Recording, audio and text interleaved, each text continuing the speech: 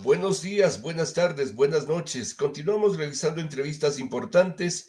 Esta noche vamos a conversar con el doctor Gonzalo Ortiz Crespo, quien es escritor, historiador y periodista. Y también ha ocupado cargos importantes, por ejemplo, vicealcalde de Quito, secretario general de la administración en la presidencia del doctor Rodrigo Borja y, por supuesto, también hace poco fue embajador en Colombia. Así que, y y por supuesto es articulista de Primicias, este medio digital importante en el Ecuador. Vamos a hablar sobre el paro nacional, sobre la represión, sobre la consulta popular y también de otros temas. Buenos días, buenas tardes, buenas noches. ¿Cómo está usted, doctor Gonzalo Ortiz? Un gusto saludarle a los tiempos. Buenos días, buenas tardes y buenas noches, Jacinto. Qué gusto estar aquí en este programa tuyo y pues listo a conversar sobre esta coyuntura tan difícil que está viviendo el Ecuador. Doctor Gonzalo Ortiz, el país y varias provincias han vivido y están viviendo momentos difíciles. Están siendo parte de este paro nacional convocado por la CONAIE en rechazo al aumento, al incremento del precio del diésel y también de otros reclamos que formulan las comunidades indígenas y campesinas de varias provincias, pero sobre todo de la provincia de Imbabura. ¿Cómo ha visto usted este paro nacional, doctor Gonzalo Ortiz? Bueno, con preocupación, en principio parecía que el presidente Noboa había neutralizado la respuesta de los choferes, que es la más grave. Acuérdense los que nos están viendo que en el 2019 fueron los choferes los que comenzaron, los conductores de vehículos de transporte pesado, de pasajeros y demás, los que comenzaron esa protesta en la que luego se enancó, por así decirlo, la CONAIE y otros grupos y se convirtió en ese estallido de violencia tan tremendo del 2019. Esta vez parecía que el presidente se había adelantado, que había conversado con ellos, había llegado a un pacto, que les iba a dar unos bonos y que allí quedaría la cosa. Y además hizo algunos movimientos que a mí me parece que fueron inteligentes, como este de trasladar la sede del gobierno a la Tacunga y él moverse, no quedarse en la Tacunga, sino moverse por varias provincias haciendo actos de gobierno, de proselitismo, pero también un poco de populismo, entregando bonos, entregando tractores, entregando diferentes ayudas aquí y allá para tratar de neutralizar la respuesta que podría venir. Pero la CONAIE de todas maneras declaró el paro y aunque vemos que no tiene ese alcance nacional de otras veces, sin embargo, sí, como tú bien dices, se ha concentrado en la provincia de Imbabura de una manera increíble. Es verdaderamente difícil de creer, como digo, que haya tanta violencia y tanta inquina en la reacción de los pueblos de Otavalo y de Cotacache especialmente, aunque también hay otras comunidades cerca de Ibarra que también están en pie de lucha. Yo desde el inicio me preguntaba por qué. Dado que la provincia de Imbabura es una de las provincias más prósperas de la sierra ecuatoriana, yo diría que junto con Azuay, pues la población en general de la provincia de Imbabura está en una situación mucho mejor que provincias como Cotopaxi o Chimborazo o Bolívar, la población campesina indígena. Así que en principio no veía la conexión, la razón para que haya una reacción tan violenta, pero así se ha ido dando y estamos en la cuarta semana de ese paro. Hay 2 muertos y hay una cantidad de refriegas que parecía que todo esto quedaba solucionado el miércoles por la noche, pero hoy, 2 días después, sabemos que hay todavía cortes en algunas de las vías, que parte de los indígenas no aceptan los acuerdos a los que llegaron sus propios dirigentes. Le oí a la alcaldesa Anabel Hermosa decirles en esta en esa asamblea al aire libre que tuvieron ayer jueves, no desconozcan a sus dirigentes, no desconozcan a sus dirigentes, pero no les han hecho caso, les han desconocido a los dirigentes, porque los que llegaron a los acuerdos son la cúpula máxima, tanto de la Federación de Cotacachi como de la FICI, de la Federación de Todo Imbabura. Y sin embargo, las comunidades están radicales y no quieren aceptar ningún tipo de acuerdo. Entiendo que no son todas las comunidades de Imbabura. Por ejemplo, las comunidades de Imbabura que quedan al sur oriente de Imbabura, las que, digamos, uno va camino de San Pablo del Lago para arriba hacia Zuleta, esas comunidades no están de acuerdo con el paro, pero ya las comunidades de más abajo, las cercanas al lago de San Pablo del Lago y las otras, son tan virulentas que están incluso en contra de las comunidades de más arriba y les están persiguiendo, no les dejan pasar, hay problemas entre las comunidades de unas y otras. Y dentro de las comunidades de Cotacachi, que es donde hay más virulencia, también hay disidentes, comuneros que no quieren participar en el paro, pero que se ven forzados por la dirigencia, actualmente ya no por la Unión de Organizaciones Quichuas de Cotacachi, porque los dirigentes, como digo, sí plegaron a este acuerdo con el gobierno, sino otros dirigentes que se están tomando, que están surgiendo de la base y que están extremadamente agresivos contra los propios miembros de sus comunidades. Interesante el análisis que está haciendo el doctor Gonzalo Ortiz Crespo. Doctor, el gobierno no quería dialogar y se pone a dialogar a la cuarta semana cuando se dan esta tremenda represión el martes y cuando existen ya 2 muertos. ¿No hubiera sido mejor que con la experiencia del 2019 y el 2022, la primera semana se sienten a conversar, a dialogar y no lleguemos a estos extremos de enfrentamientos, doctor Gonzalo Ortiz? Así es, tienes absolutamente toda la razón. Fue un error tremendo del presidente de la República, que tiene esta posición de machito, ¿no? A ratos, y que dijo desde el comienzo que no va a dialogar. ¿Cómo no va a dialogar? La función de un presidente es dialogar. Cuando yo digo esto, hay personas muy fanáticas a favor de Noboa y muy, no sé, que ven cucos en todas partes, que dicen que no se puede dialogar con terroristas, que son comunistas, que son indígenas manipulados todos por el narcotráfico o por Correa o por la minería ilegal o por lo que sea, y que no se puede dialogar con ellos. Cosa tan absurda. Incluso vi que un periodista que se distingue por lo virulento que es él, las declaraciones espectaculares que intenta hacer, dar lecciones a todo el mundo, que le criticaba al cardenal Cabrera, que llamó al diálogo, le criticaba precisamente con estos argumentos, diciendo que no se puede dialogar con estos terroristas y con estos criminales.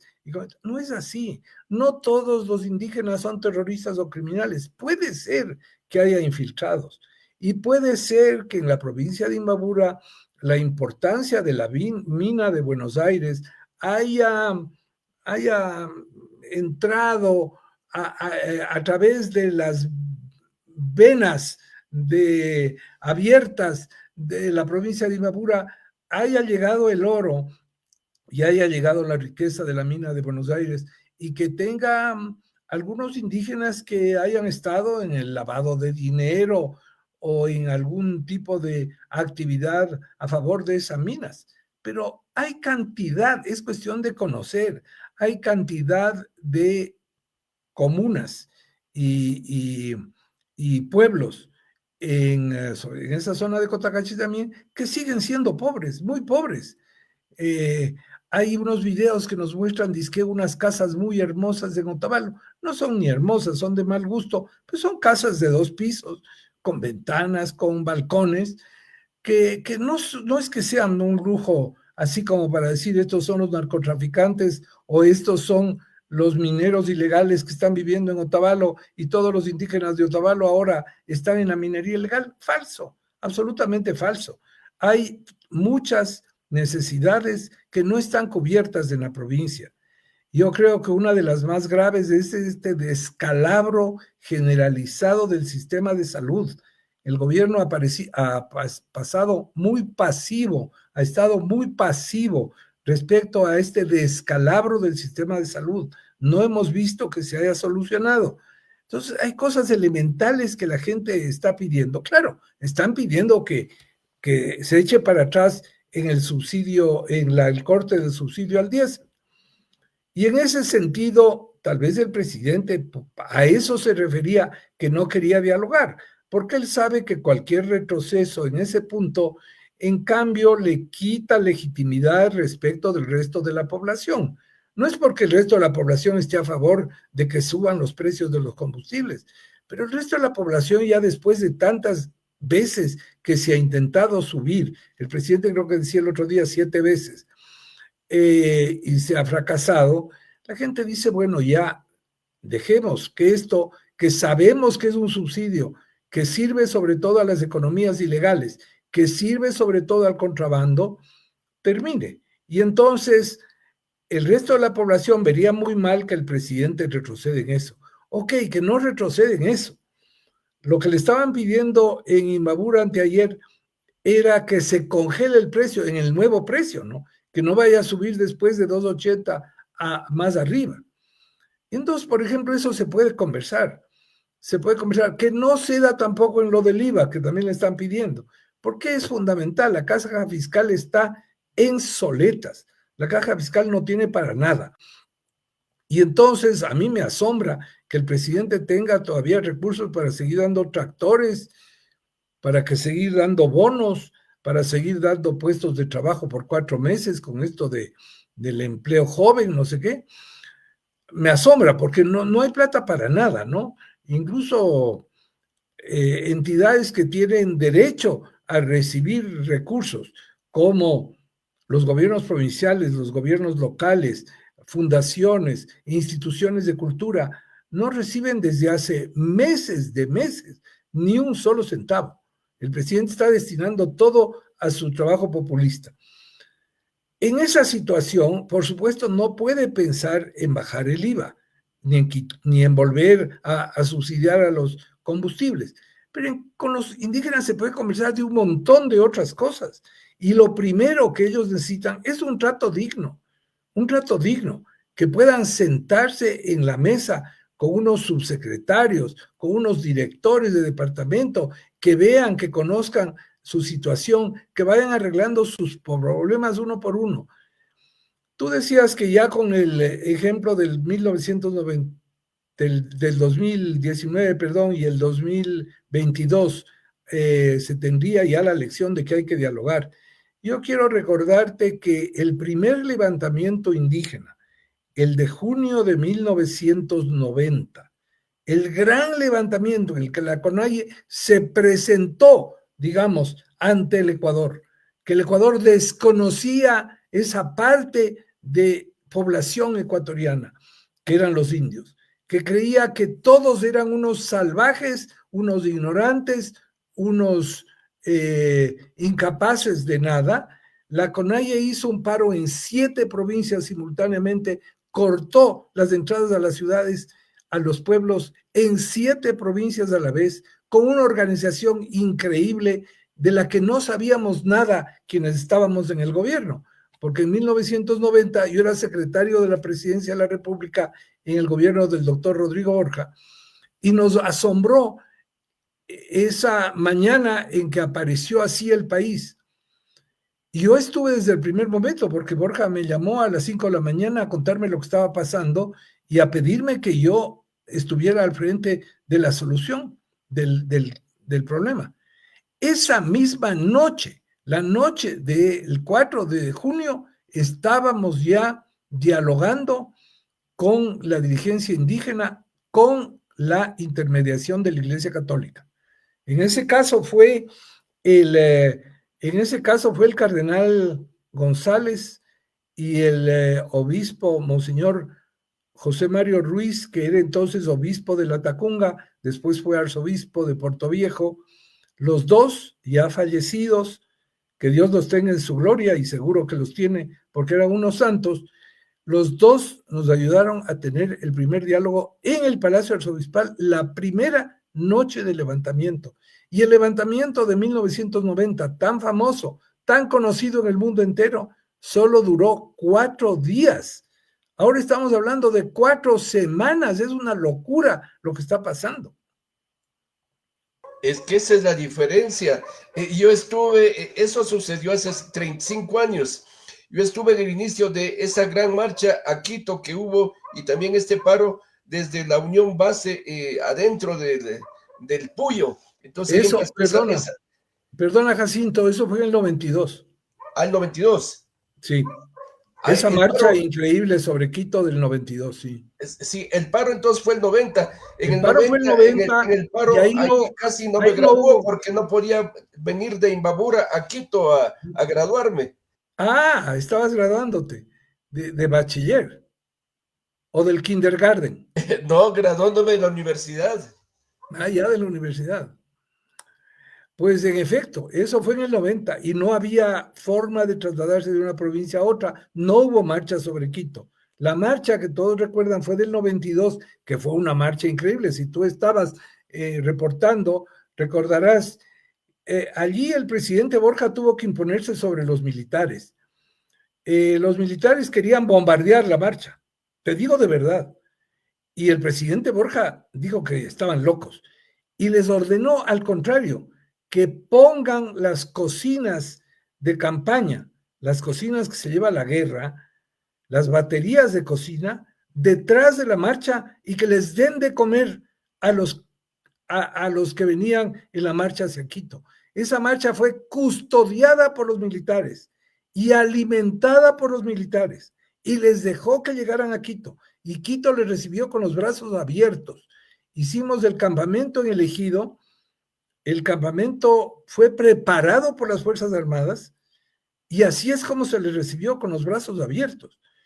Es una relación muy distinta de caerles a bombazos aunque no hagan nada, ¿no? Que es lo que a veces está pasando. Y qué diferente, y con estas experiencias, los jóvenes que ahora gobiernan deberían pedir el asesoramiento de personas que ya pasaron por estos momentos difíciles. Cuando Así el es, presidente así es. Borja El decidió presidente, recibir y conversar a los dirigentes. así es, el presidente no tiene personas que conozcan del tema. Vi que estaba Fausto Jarrín en la conversación anteayer y en la mesa que se estableció el miércoles a mediodía, al comienzo de la tarde, a las 2 de la tarde. Vi que estaba Fausto Jarrín, ex abogado de Correa, que ahora le tiene de asesor el presidente. Él es la persona con más experiencia que tiene el gobierno. Los demás son empresarios guayaquileños o amigos de él o empleados, porque tiene varios empleados en funciones públicas de la bananera Novoa, que no tienen ninguna experiencia en el sector público, que desconocen a los indígenas. El señor Reinberg, el señor Lofredo, todos ellos desconocen por completo la realidad de los indios, porque son guayaquileños que han vivido en la burbuja de la gente rica de Guayaquil. Ellos no conocen a los indígenas y entonces no se pueden poner en el plan de diálogo sino una persona con conocimientos. Además de Fausto Jarrín, deberían tener a otros. No puede ponerse el presidente a decir desde el primer día no voy a dialogar, porque eso, por supuesto, agudizan los problemas, pues, en vez de tratar de solucionarlos. Ahora veo que ya hay diálogo, hubo este diálogo en Imbabura y hoy felizmente hay un diálogo también en Saraguro. Los indígenas de Saraguro no se habían movilizado ni la primera semana ni la segunda semana, pero viendo lo que estaba pasando ya en la tercera semana empezaron a cortar la carretera Cuenca-Loja y ha habido algunos problemas allí, choques con la fuerza pública, pero felizmente veo que ya hay diálogo, que la gobernadora ha planteado y que va a haber también mesas técnicas, como es lo que se decía que debía haber en Imbabura, felizmente. Entonces, el diálogo a ese nivel debería continuar y allí deberían involucrarse ministros, subsecretarios, para que estén en ese diálogo, le den importancia al indígena. Tienen que darle importancia, es parte de nuestra ciudadanía y están con unos reclamos que hay que escuchar. Además que son reclamos justos, reclamos históricos, porque en cierta forma estas manifestaciones en rechazo al incremento del precio del diésel, que también sí es verdad que viene a subir todo porque se movilizan los productos en los vehículos, también en el transporte, y además de eso hay estas limitaciones en la salud, en la educación, entonces ellos están gritando su pobreza, Gonzalo.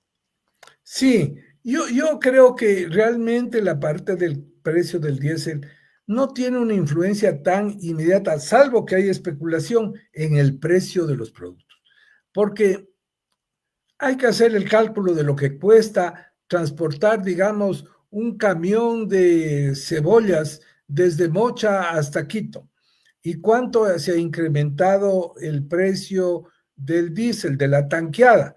Digamos que se ha incrementado 10, 15 dólares la tanqueada, porque con una tanqueada llega el camión. Digamos que no, que son dos tanqueadas, son 20 dólares.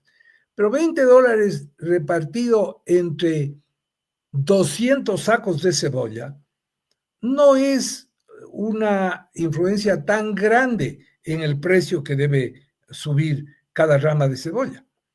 Entonces, yo creo que ahí hay un poco de susto y de mala información y de mala fe que hubo desde el señor Issa en información a los indígenas. Hay que explicar eso, hay que explicar con paciencia, hay que hacer los números con ellos. Y ve lo que los indígenas estaban temiendo por mala información y mala fe de sus dirigentes es que vaya a subir el gas y que el diésel solo es la primera subida y que después va a seguir subiendo. Para eso se necesita que el gobierno hable, y este es un gobierno que no habla. El presidente habla cortísimo, ¿no? Hace una cadena la otra vez de 2 minutos 3 segundos, la cadena más corta de la historia de la humanidad, cadena nacional de 2 minutos 3 segundos. Entonces, el presidente tiene que hablar más, pero sobre todo los ministros, y tienen que hablar con las comunidades indígenas con paciencia, porque eso es parte de la función de gobernar. La función de gobernar no es estar detrás de los escritorios, no es salir en propagandas preparadas previamente, en videos y demás. Es esto, es parte del trabajo de gobernar, es tener contacto con la gente y sobre todo cuando hay una protesta como esta, ¿no? Doctor Gonzalo Ortiz, para pacificar el país y sobre todo la provincia de Imbabura, los diálogos que inician el próximo lunes con la participación de la iglesia, como usted dice, deberían también estar presentes ahí los ministros, los viceministros, gente que tome decisiones y diga, bueno, esto podemos hacerlo, pues. Así es, así es. Qué pena que vaya a tener que recurrir de nuevo al ejemplo de lo que yo viví, pero es porque yo viví, entonces puedo hablar de eso, ¿no? Ustedes se acordarán, que tú te acordarás que, y algunos de los que nos están viendo, que los diálogos de esos, que aunque se paró se suspendió el paro del levantamiento indígena del 90 a los 4 días, las conversaciones duraron bastante. Una parte de ella se hizo en la propia presidencia de la República. No se le puso al presidente Borja inmediatamente a hablar con ellos, pero después de algunas de las reuniones que después se pasaron al Ministerio de Bienestar Social, donde el ministro era Raúl Vaca, después de varias reuniones allí y de otras que tuvimos de nuevo en el Palacio Arzobispal, sí llegamos a que haya una reunión de la dirigencia indígena con el presidente Borja en el Salón Amarillo. Hubo reuniones con el ministro de Gobierno, en ese entonces era Andrés Vallejo. Andrés incluso en algún momento tuvo que golpear la mesa duramente porque empezó a haber un poco de caos en quién hablaba, ellos mismos se quitaban la palabra, había un asesor mestizo, podríamos decir, en esa época que quería un poco mandar a los indígenas, Y allí Lucho Macas, que era el vicepresidente de la CONAIE y después fue presidente, el Lucho Macas felizmente recibió bien esta cosa que podía parecer una cosa destemplada, que el ministro golpee la mesa, pero era para poner un poco de orden en la situación, ¿no? Y en lo que, pero bueno, yo digo como anécdota, ¿no? Pero finalmente llegamos a la reunión con el presidente de la República, creo que fue a la quinta o sexta reunión con ya la dirigencia máxima que hubo la reunión con el presidente. Y después de esa reunión salió una programación muy estricta de reuniones con los diferentes ministerios. El principal problema del levantamiento del 90 eran cuestiones de tierras. De los 23 puntos del pliego de peticiones, de la plataforma de lucha, como se llamaba entonces, de los 23 puntos, 18, 17 eran conflictos de tierra que no se habían resuelto todavía en el IERA, que era la jurisdicción especial de los juicios de tierras. Y eso se resolvieron todos en las siguientes semanas, porque estaban detenidos a veces por corrupción, porque se pagaba a los funcionarios del IERA para que no dieran trámite, los hacendados, ¿no? Y yo diría, la reforma agraria del Ecuador terminó en 1990, porque ahí resolvimos estos casos grandes que todavía estaban sin conclusión y que eran pedidos justos de los indígenas y que si no hubieran hecho el paro no se habrían resuelto porque estaban quedados en esta maquinaria burocrática que a veces el presidente de la República o hasta el propio director del IERAC no conocían. Y esos otros problemas surgieron más tarde. Por ejemplo, los grandes problemas del agua, que hubo levantamientos en la época de Sixto Durán Ballén. Pero ya el tema de la tierra quedó resuelto con Borja, porque Borja en total entregó 4 millones de hectáreas, ¿no? Más de 1 millón de hectáreas en tierras en la sierra ecuatoriana y cerca de 3 millones de hectáreas entre la costa y la Amazonía, sobre todo la Amazonía. Los grandes territorios indígenas que ahora tienen, por ejemplo, Unión Base o las comunidades quichuas del Napo, por ejemplo, fueron entregadas en la época de Borja. Esta noche estamos conversando con el doctor Gonzalo Ortiz Crespo, quien es escritor, historiador y también periodista y tiene una amplia trayectoria en el servicio público. Doctor Gonzalo Ortiz, hablemos rápidamente. En menos de un mes tenemos que volver a las urnas, a una consulta popular, a un referéndum. ¿Qué expectativa, qué piensa usted de esta consulta y de este referéndum?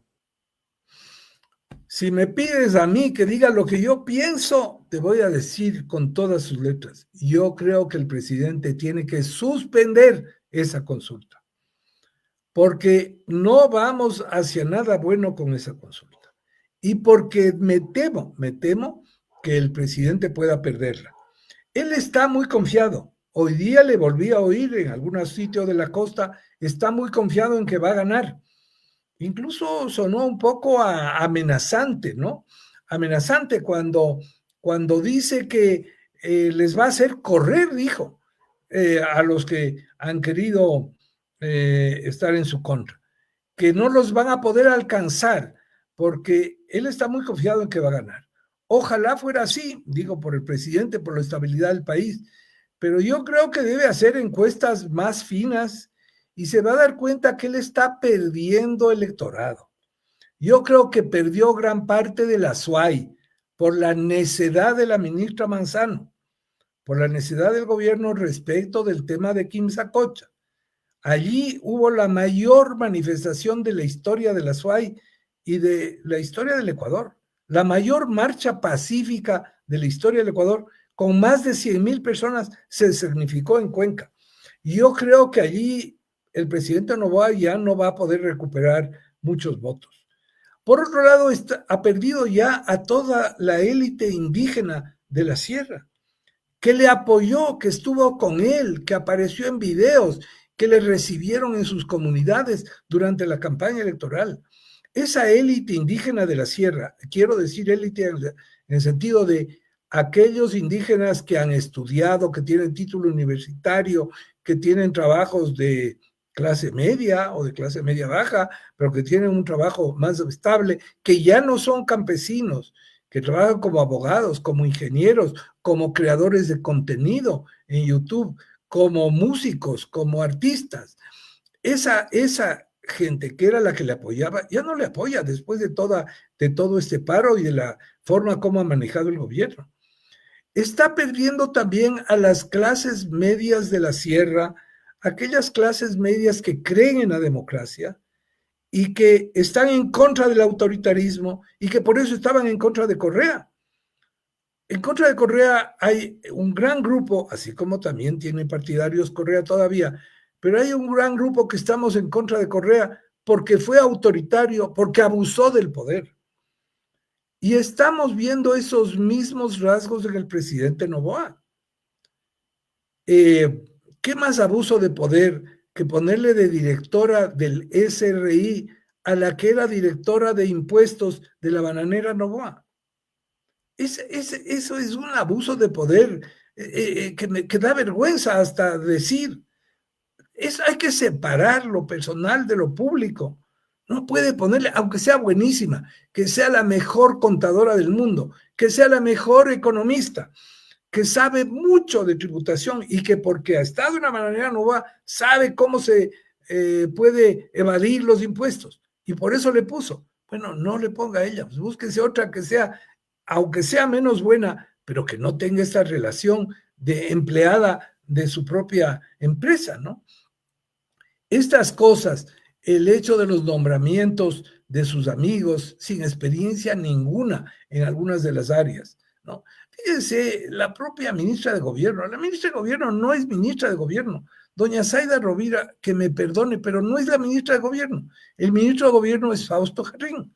Él es el que está manejando las cosas. Tanto es así que estuvo no Zaida Rovira, sino Fausto Jarrín en las conversaciones en Otavalo. Él es el verdadero ministro de Gobierno. Entonces, al presidente le falta tener un equipo mejor.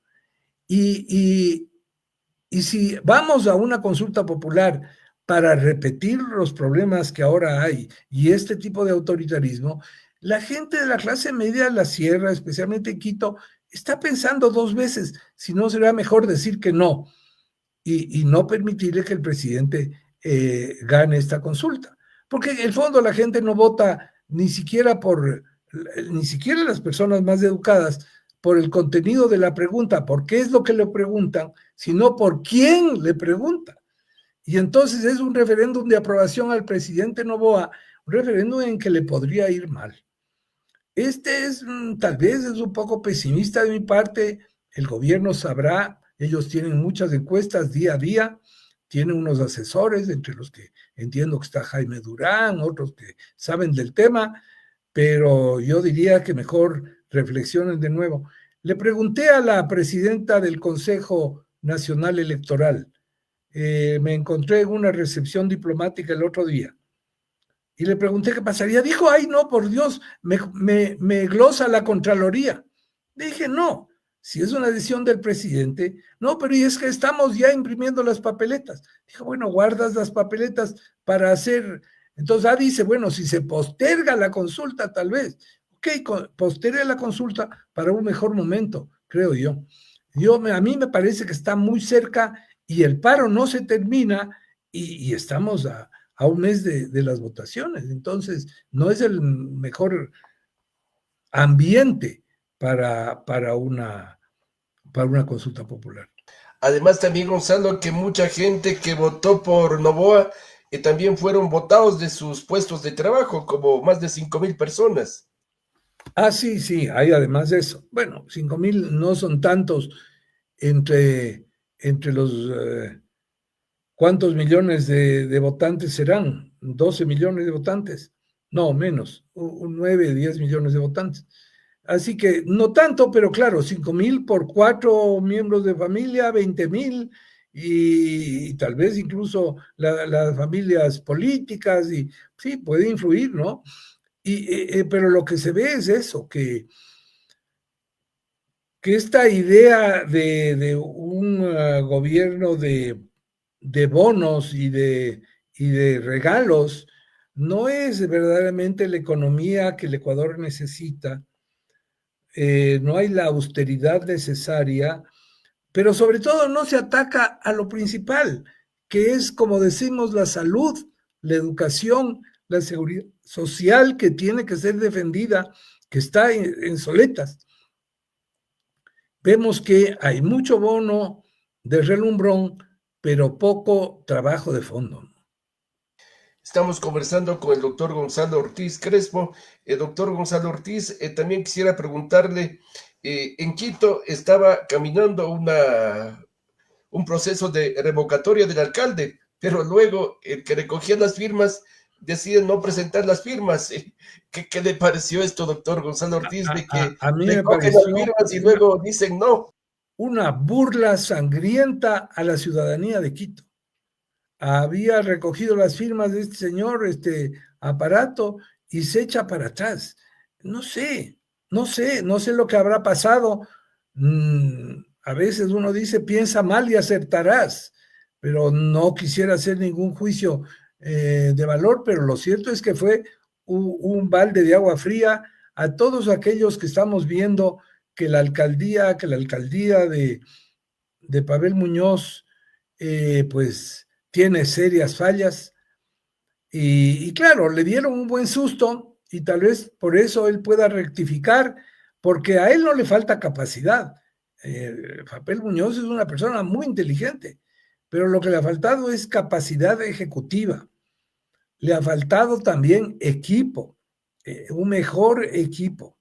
Y luego, claro, hay este problema ahora en que todos los concejales se meten en la administración municipal, ¿no? Cuando yo fui concejal, los concejales no teníamos nada que decir respecto de la parte administrativa. Solo ganábamos por sesión asistida. Nos pasábamos el día allí atendiendo gente, canalizando soluciones, pero no era nuestra la decisión. Y en ese sentido, Paco Moncayo nos tenía marcialitos a los concejales que no nos metamos en la administración, ¿no? Eso es cuestión del alcalde. Y los concejales no tienen que estar metiéndose en eso. El peor daño que le hicieron a la administración municipal es haberles dado sueldo de tiempo completo a los concejales para que calienten el puesto. Lo peor. Y ahora, Pavel tiene que reaccionar, porque además, si quiere la reelección, tiene que hacer una mejor alcaldía en lo que le resta del periodo.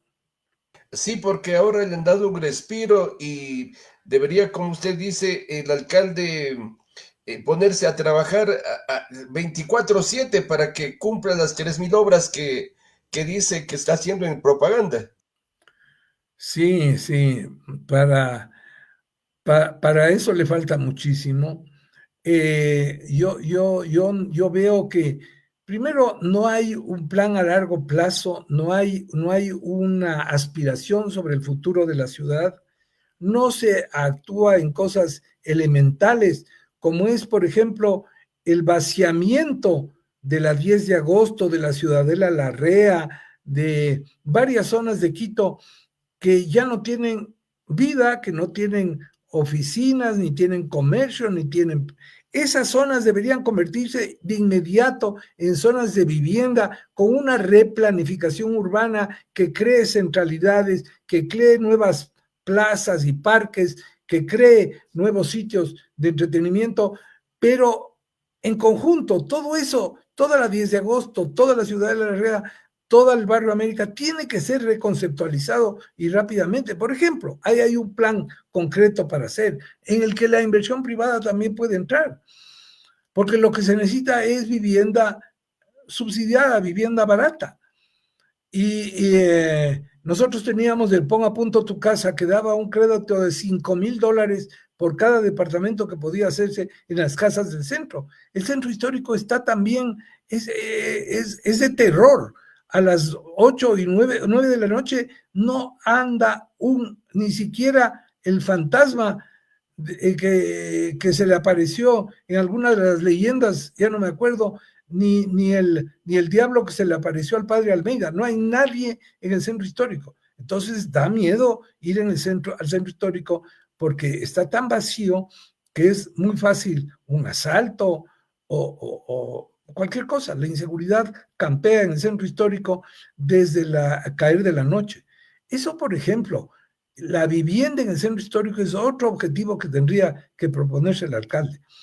Creo que también ha fallado mucho el tema de la promoción turística de Quito. Es verdad que todo el país está afectado con el tema de la inseguridad, pero este eslogan de la ciudad más bonita del mundo es un eslogan vacío. Los eslogan en primer lugar tienen que representar algo concreto y tienen que mostrar una cosa emotiva que llame la atención. La ciudad más linda del mundo es un eslogan vacío, aunque Quito lo sea, pero así no hay cómo hacer la propaganda de la ciudad, pues. Porque Florencia o Venecia o Brujas pueden decir con el mismo derecho que son la ciudad más linda del mundo, ¿no? O Praga. Pero entonces no hay cómo hacer estas cosas exageradísimas, no sirven. En publicidad los publicistas ya saben que no es así como lo llegas. La Coca-Cola no dice, es la gaseosa más rica del mundo, no, dice la chispa de la vida. Dice otra cosa, hay que mandar un mensaje que sea emotivo, que le llegue a la emoción de la persona que lee, no una exageración, una frase así, aunque nosotros sintamos que nuestra ciudad, como en efecto lo es la más linda del mundo. Pero eso no sirve para el marketing. Creo que también falta muchísimo de trabajo en el tema de la planificación en la zona donde Quito está creciendo, porque si se está vaciando arriba, está creciendo aluvionalmente en los valles, y ahí la planificación no existe, es un caos absoluto. Claro, ahí el municipio ha ido con la lengua afuera detrás de los urbanizadores, y por ejemplo, toda esta zona de Tumbaco, Cumbayá, no tiene esquinas, ahí las calles van en zigzag, no tienen cruces propiamente, no existen, porque siguieron los caminos de las haciendas y allí los zigzags se van haciendo porque este terreno no se podía cruzar y entonces a un lado y por allí por el otro, por donde iba la sequía, por donde iba el tapial, así es como son las calles en esa zona, ¿no? Y allí falta una planificación urbana urgente, urgentísima, y una ejecución enérgica, porque ya las zonas un poco más periféricas como Pifo, por ejemplo, ya están urbanizándose y están urbanizándose sin que el municipio intervenga para nada. Se están vendiendo lotes de 200 metros cuadrados en una zona en que es todavía agrícola y el municipio no interviene y no para esta audacia y yo diría, este desfalco a la ciudadanía, este intento de crear barrios miseria en la periferia de la ciudad. El municipio tiene que actuar rápidamente, tiene que dar más autoridad a las administraciones zonales, porque es un trámite eterno, cualquier cosa que uno va a la administración zonal, no que tiene que venir al centro, que le MOP, que le MAP, que no sé qué, que va, que viene, nunca resuelven nada las administraciones zonales. Y entonces, frente a una amenaza como esta, con esta urbanización desbocada, como digo, urbanizaciones con terrenos de 200 metros cuadrados, que se promocionan en Internet, que se promocionan internacionalmente, que se trata de vender a nuestros migrantes en los Estados Unidos terrenos de 200 metros cuadrados en Pifo. Y el municipio tiene que actuar y ahí falta capacidad de actuación a la administración zonal de Tumbaco. Este día realmente ha sido muy grato conversar con el doctor Gonzalo Ortiz Crespo. Muchas gracias por los mensajes. También a las personas que están viendo la entrevista, compartan esta entrevista con el doctor Gonzalo Ortiz. Doctor Gonzalo Ortiz, para terminar, en base a su experiencia, ¿qué consejo le podría dar usted al presidente Noboa? No es fácil darle consejos al presidente Noboa. Yo he estado una sola vez en mi vida con él. Pude conversar un par de horas con él, porque yo estaba de embajador en Colombia cuando él ganó, la primera vez que ganó digamos, para completar el periodo de Lazo, y recordarán ustedes que fue de Guayaquil a Italia y luego España, faltando 3 semanas para que se posesione, ¿no? Se fue de vacaciones. Es la primera cosa que me llamó la atención y que le pude decir con confianza, viéndole a un chico, él se viste de una manera muy curiosa, ¿no? Para viajar igual con una chompita de cuero, un pantalón de esos chicles, pantalón chicle que le llegan a medio tobillo, además, sin medias. Es curiosísimo que el presidente electo del Ecuador viajara así, pero bueno, ese es su estilo y creo que eso gusta a la gente, ¿no? Es la manera de vestirse de los millennials que no les gusta la formalidad, ¿no? Es totalmente informal en la manera de vestir. Bueno, así estuvo en el aeropuerto de El Dorado en Bogotá, donde obviamente pedí la sala presidencial para que él hiciera su escala, porque él fue Guayaquil-Bogotá, Bogotá-Roma, o Madrid-Roma. Y entonces el vuelo de Iberia se atrasó incluso, por eso tuvimos más tiempo, estaba previsto 1 hora y pico de la escala y se fueron 2 horas. Y allí le pude preguntar y conversar y me di cuenta que es una persona que sabe mucho, es cultísimo. No lo demuestra porque no es locuaz, no habla, pero cuando le preguntas algo muy concreto, sabe y tiene las cifras en la cabeza, sabe varios idiomas, todos sin acento, es, claro, como un nativo de los Estados Unidos, porque ha estudiado tanto allí, pero él sabe italiano por el lado de su mamá, viene de una familia italiana, sabe francés, es un hombre cultísimo, muy bien formado. Así que yo esperaba mucho más de él, mucho más. Entonces yo el consejo que le diera es, cambie su equipo, busque gente con un poco más de experiencia, busque gente con más seriedad. La principal virtud de un ministro es, por supuesto, la lealtad, pero un hombre bien formado, un hombre honesto, un hombre leal, va a ser leal al presidente, aunque no sea de su círculo íntimo. Entonces, debería ampliar un poco ese círculo y ser un equipo más solvente para enfrentar todo los tremendos desafíos que tienen. Además que ya debería nombrarle ministro a Fausto Jarrín, ministro de Gobierno. Como digo, él es el ministro en las sombras, sí, él es el ministro en las sombras, me parece a mí. Es el poder tras el poder, entonces Fausto Jarrín. Sí, un fouché ahí entre los pasillos del palacio. Así que muchas gracias. Este día hemos conversado con el doctor Gonzalo Ortiz Crespo, quien es escritor, historiador y periodista. Y Muchas gracias. amigo tuyo, y amigo tuyo, y amigo tuyo. Y amigo mío desde hace Ese es mucho tiempo. Muchas gracias, doctor. Muchas gracias, Jacinto. Encantado de estar contigo. Me has jalado la